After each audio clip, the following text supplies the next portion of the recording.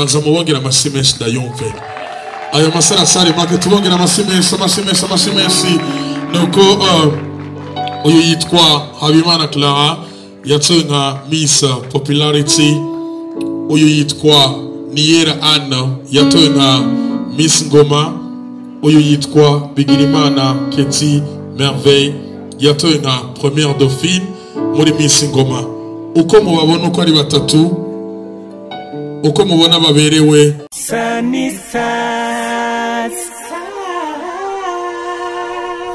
Damahoro ndanezerewe cyane gose, numva ntafise n'ivyo mperako, ariko icyambere no banza guherako no gushimira uwo wese yashitse hano. Ndabahaye ikaze mwese banyakubahwa Ramatari w'intara ya Gitega, abanyakubahwa abastanteri b'amakomini y'intara ya Gitega, nyakubahwa nyene Lennox n'abandi batandukanye mwese muri ngaha. Murahawe ikaze, mwisange, munezerwe, muryoherwe. Muri Lennox biruzuye, oji irahari kandi iri kuri promotion. Munezerwe cyane, murahawe ikaze, mwikomera amashi mwese. Hama mbanje gushimira Imana yaduteye iteka ryo gushika kuri uyu munsi. Nkuko mubizi, nashaka kubagirira nk'intahe ntoya imbere yuko tuza kubandanya n'andi ma activite yacu. Reka badufashe za kuza ndaganira ariko mubibona hajya. Hama nkuko mubizi, twarateye iteka turatorwa jewe n'abagenzi banje, kandi Imana bahezagire cyane. N'abakobwa b'intwari twafatanye mu mugongo, twagize ubumwe, hama tubifashwamwo na Volcano. Tukaba tugeze uno munsi, ndaza kubabwira igituma mvuze Volcano. Tukaba tugeze uno munsi tugashimira Imana. Activite ya mbere dushaka kuba twarakoze yamenyekanye cyane. Cyambere cyari ugutorwa, twaratowe, dutega itega turatorwa. Hama nyuma yo gutorwa ndibaza abantu bose muri gaha murabizi ukuntu byagenze. Murabibona ukuntu byagenze. Ubwo munsi wari umunsi w'umunezero, byari biryoheye, n'abandi bagenzi banje twaranezerewe. Nabo bandi bose bashitse muri finale naho batarosa akaryo ko gushika hano, nabone bari banezerewe cyane kandi nabo barishimiye igikorwa. Hanyuma nkuko mubibona, umumisi atsinze bari bamwemereye imodoka kandi ngiyo onye. Hama ibyakurikiye murabizi, Imana yaradufashije turonka umuvyeyi mwiza. Turashimiye cyane nyakubahwa gouverneur, yaratubaye hafi. Mukomera amashi menshi cyane, kuko nyuma y'ivyo byadufashije gukomera. Twaraje turamwitura, aradukomeza, adufasha kugumiza umutima kuco twategerezwa gukora. Hama turagira inguvu. Ku munsi wa mbere ndibuka hari umunsi twagiye kumurondera na Première Dauphine, turamuganiriza, atwemera ko azotuba hafi, kandi n'ubu murabibona ari hafi yacu. Mukomera yandi mashi menshi cyane. Twarakoze ibikorwa bitandukanye, twari twifatikanije na Ewe Burundi Urambaye, dutera ibiti. Uri kuragenda hano, kuragenda hariya kujya Mwinga, hariya hari parking, ibi biti birahabereye cyane naho tutarasubirayo. Hama turakora n'andi ma activite. Muri ivyo byose twabikomejwemo cyane gose na Buramatari, n'ukuri twamushimiye cyane. Hama nuko biriko biratera, ndashobora kuza ndabandanya. Twarahamagawe n'undi munyakubahwa nashimye kuvuga ngaha, nawe ahari Imana imushimire imuhezagire gose, kuko nawe yaraduhanuye impanuro zo gukomeza imitima. Dushimiye kandi abavyeyi bacu. Hama twaratembereye mu ntumbero yo kungura ubwenge, duca dutembera no mu ntara ya Kayanza, dushika muri Bankobu, twakiriwe n'umugerante waho. twambara ama t-shirt ya Ecobank Enode nkuko mubibona harya donc ayo yose yari ama activité kandi ico gihe twarateye iteka rikomeye muraza kubibona narindi ko ndavuga rero ko twagiye uwo munyakubahwa yaraduhanuye yaradukomeza ngira ko nshimira abavyeyi bacu cyane bivuye ku mutima mumukomera amashi cyane umuvyeyi yaduteye iteka agaserukira abandi bavyeyi mama wa Clara Imana ibahezagire hama murabibona ko twateye iteka turakirwa n'umuguverneur w'intara ya Gitega kandi yarashimye cyane visite yacu mu ntara ya Kayanza yarashimye cyane visite yacu n'ukuri nawe Imana imuhumugisha hama ndiko ndashimira abavyeyi okay nkuko mubibona twaragize lancement officiel ya projet yacu kandi iyo lancement officiel yatanguranye n'inyigisho twagiriye aba bene gihugu mubona hano naho tutashoboye kuronka benshi kuko communication ico gihe yaratugoye ariko twaragerageje kubaganiriza kandi n'ubu ama projet yacu avizabo n'abandi bene gihugu bose mu ntara ya Gitega hama twaratanze n'ama interview nibaza bakurikirana ama social media ya activity barayimenye twarafashanije na Rotahat kugendera ikigo urumuri nkuko mubibona urugwaruka nyene ruratanga icyizere ku bantu bariko baratamba bagira amageste ariko batumvikira na kimwe none twarahigiye byinshi hama dusanzwe dukora ama emission kuri channel ya YouTube abigeme bangoma hama turamaze gukora na emission nabo bose mubonye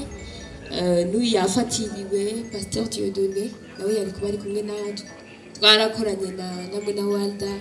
uko mwabibonye hajye na Miradomade twaratewe iteka ryo kuba muri evenement ya basket turicana n'abanyakubahwa navyo byari iteka kuri twebwe hama twaragiye no muri conférence des femmes au niveau international naryo ryari iteka ridasanzwe murabona ko twari turi kumwe na ex première dame naryo ryari iteka ridasanzwe kuri twebwe rikomeye gose byose turabishimira Imana kandi byose ni kugana twaraparticipe muri conférence de jeunes au niveau national hari hane Gitega murabona ko twari turi kumwe na première de fille hariho bose abanyakubahwa bose rigende gouverneur wa environnement uyu ni musantere wa Gitega uyu ni ajeje communication amatwara atewe n'iteka ryo gutumigwa muri talk show mu kiganiro cyitwa talk show kwa Pasteur Dieudonné bayita DNF haba turashimiye cyane na Lennox kuko igihe twari tukizi Gitega rimwe baratwakira bakadufungurira bakatuba hafi Imana bahezagire kandi bafite service nziza nimwitinye birahari mwe wese mwihe muzohamagane n'abandi hama ngira iteka ridasanzwe gira pose ngira iteka ridasanzwe ryatuhaye kugira inguvu y'ivyo byose nkuko ndabibabwiye ko dufise umuvyeyi nikuri uyu munsi yaratunezereje yaradukonsoye twari turi muri situation itameze neza twari duheruka gusehora urwandiko rwo gusaba kudakorana na ijya organisation yari yateguye evenement ya Miss Ngoma bivanye n'ukuntu bitari bimeze neza binarinze kudondagura birebire hama muri ico gihe hariho ibintu byinshi bitugoye donc ama feedback menshi ama media yaraturemera byari bigoye ariko kuri uyu munsi n'ukuri ndagenda bashimiye gouverneur yaradukomeje yaraduhaye akaganuke n'ukuri acaraduhana courage niniya byatumye no munsi Igitega evenement zose tuba turimwo kandi byaragenzereza par exemple hano hari le 1er mai twaratewe iteka ryo kwakira abandi bashitsi biteka bari baje mu ntara yacu murabibona hano nguyu muvyeyi wacu n'ukuri Imana ihezagire cyane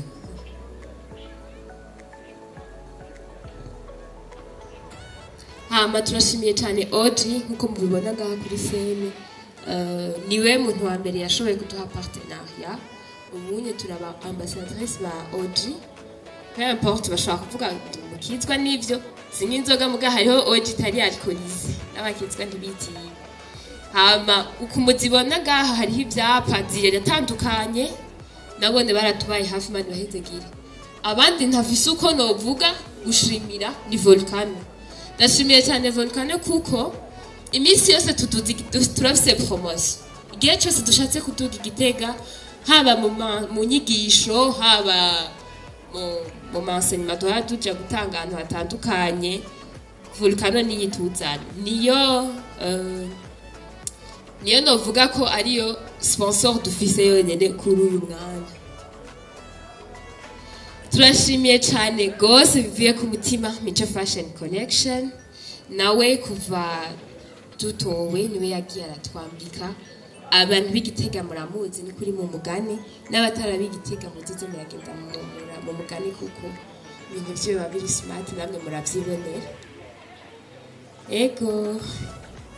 c'est la deuxième dauphine yafatiriwe n'ibyo mu miryango ndabashimiye cyane rero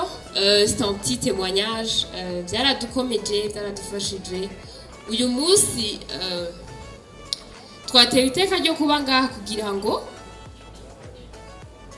twongere tumenyekanishe ko tukiriho ntitukiri babandi bavuze ko twababajwe nuko tutaronse ibishimwe l'objectif principal yari iyo kugira icyo dushitseko objectif principal yari iyo gushitsa amaproje yacu y'uno munsi uno munsi rero nateye iteka ryo kugira abavukanyi beza nagira ngiriye ko ndaba presenta mu byubahiro byanyu muhaguruke muze nukuri mubakomera amashi menshi cyane gose ni intwari elles sont trop fortes ni beza nkuko mubibona ntibari gutunga batari beza baraciye bugufi barumvira barafise ubwenge barakerebutse n'intwari zikomeye cyane gose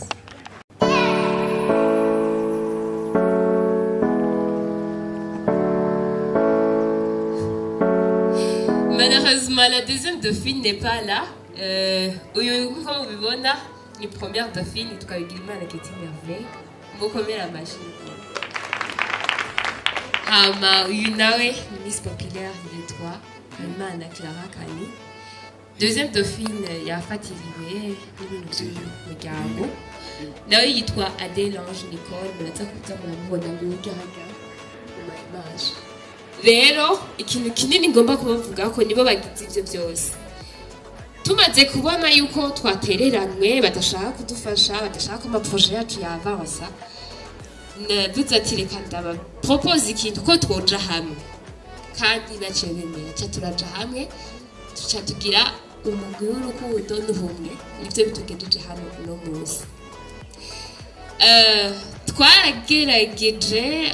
byaratugerageje cyane gose twarasohoye lettre hama iyo lettre iravuga ko amajambo menshi bademisiyoneri bagitwa ba misi byinshi nyene bigoye ariko ikintu gikuru kubera ukuntu twari twagize ubumwe n'urukundo hagati yacu byaradufashije bidutera guhindura izina ntituzogume twitwa Ingoma Event ariko cha twitwa abigeme ba Ngoma twari yubiriye objectif yashatse gushikako yari iyo guteza imbere akaraga k'igihugu cacu birimo no maproje yacu tugira ko dushimira umuntu yavuye mu gishora yaserukiye abandi batimbo namwe mukomera amashinguyu muri ico gihe ca twimvira ku Ngoma umwigeme w'Igitega yitirirwa Ingoma aca bimenyekana hose ko ari uw'Igitega rero ubu unye nivyo uko peu importe ivyo arivyo vyose ariko ubu twitwa abigeme ba Ngoma turi n'abamisi b'Igitega byose ndibaza muca mu bitahura rero Imana ibahezagire gose mubandanye muryoherwa bandanye munezerwa kugira ibihe byiza murakoze cyane. Sanisa